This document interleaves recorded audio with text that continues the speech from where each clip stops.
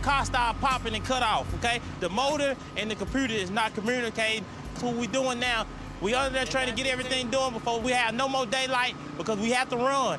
When you come to the track, you want to do one thing. That's the race. All right, started pulling the charge pipes off, bumper off. Found a few little goodies. Hey there, bud. How you doing?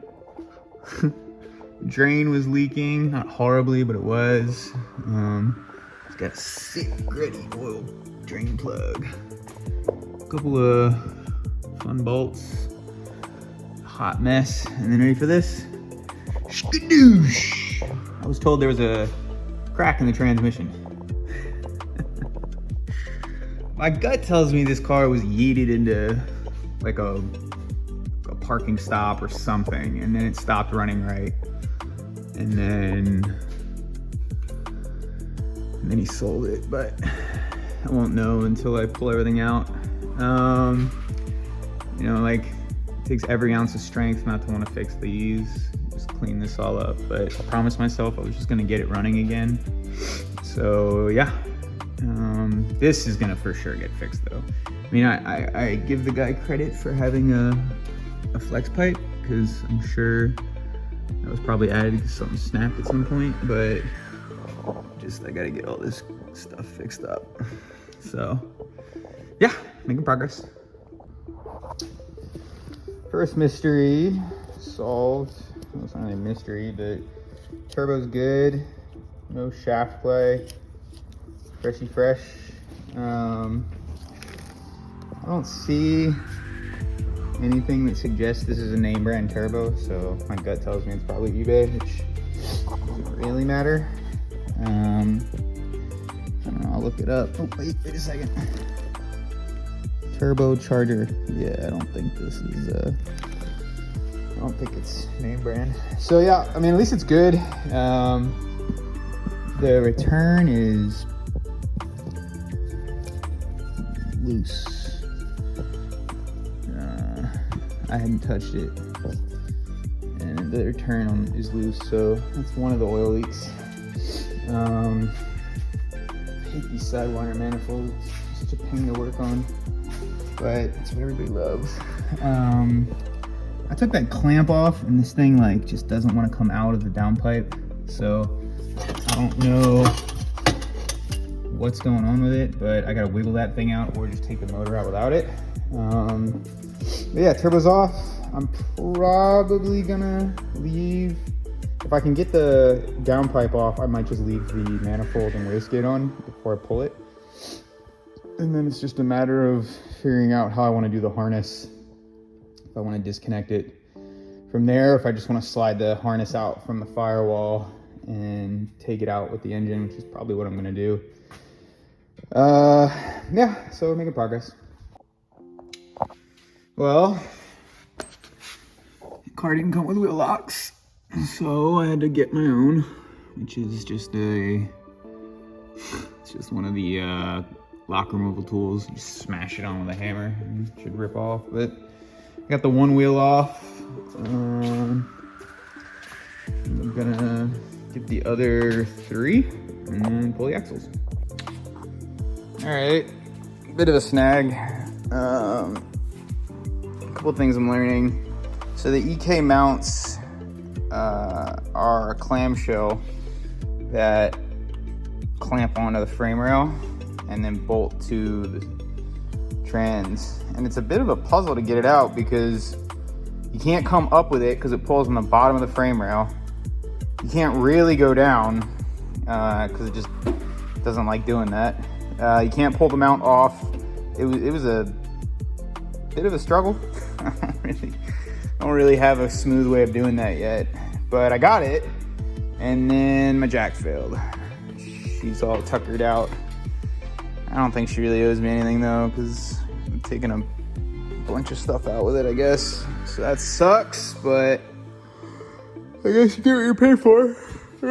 So it's off to Harbor Freight to see if I can find a replacement jack, and then I can finish pulling the motor out. Well, got her out. Brand new Pittsburgh jack. Shiny, shiny. Yeah, so we're good to go. I'm gonna get this out, get it stripped down. I'm gonna clean the engine bay. Try to get all the dirt and oil off the bottom. And then, as I promised myself, I'm not gonna go crazy with any like wild refab or anything like that. Like I kind of tricked. I thought about painting it. I was like, oh, go get the paint, do the engine bay. But honestly, I just want the car back on the road. So I'm gonna clean, prep, and then dress, and hopefully reinstall by tomorrow. But we'll see. All right, so I got most of the oil off and any dirt that I could blast off with some brake clean, simple green and everything. It's not perfect, but I mean, I'm kind of sticking with the theme. I'm just trying to get this thing back on the road. So all of the loose oil from the bottom of the car and from the engine bay is pretty much gone. So yeah, I mean, there's obviously some, you know, it's obviously dirty, but just oil, anything that's, you know, dripping is gone. And so it's all dry and mostly clean. So yeah, so this is the sandwich plate that he's using, I guess now I'm using for oil feed. These things come with, I think it's 8/8 inch pipe thread fittings. And the problem is that this is why you don't really ever see it on automotive, is because it doesn't really matter how you put it in there. I mean, these things were super tight. You can see the threads are kind of worn and they still leak. It just, pipe threads do not seal. So I'm probably gonna hit it with some JB Weld, which I guess is considered kind of ghetto and cheap, but it won't leak. So I'd rather use a sealant and have it not leak than have leaks and have some monicum of done quote unquote correctly. So yeah, I'm gonna get it cleaned up, reinstalled, and yeah, should be good. Sandwich plate is on. All right, now it's on to this fun stuff. I'm sure this is perfect under here. So I'm gonna strip these down, clean up the wiring, and then swap the intake manifold, fuel rail, injectors, and then work on the belt drive. Yeah, that's about what I expected. I mean, it works, right? Car turned on, but crimp your connections, guys. All right, so this is about what I ended up with. The wires were just twisted together and taped. So I took it all apart, got rid of the middle section. He had added some length in there, which I'm hoping doesn't bite me because I just got rid of it. Added crimps and then heat shrinked over the crimps, then heat shrinked over that, and then a final one over the harness to get rid of that fraying. Came out pretty good. I like how it looks. It looks much better, and I feel a lot better about the connection points. So that's basically it for the weekend and probably this video. I am now stuck on, I need my coolant block off plate for that so that I can load the water pump and thermostat, but the old thermostat gas or water pump gasket's swelled, which I should be replacing it anyway. So I've got a new O-ring coming, and then a new thermostat gasket, and then that should allow me to install the thermostat and crossover tubes. And then I think I don't really have any major hurdles. The only big thing I gotta figure out is what I'm gonna do about this nonsense.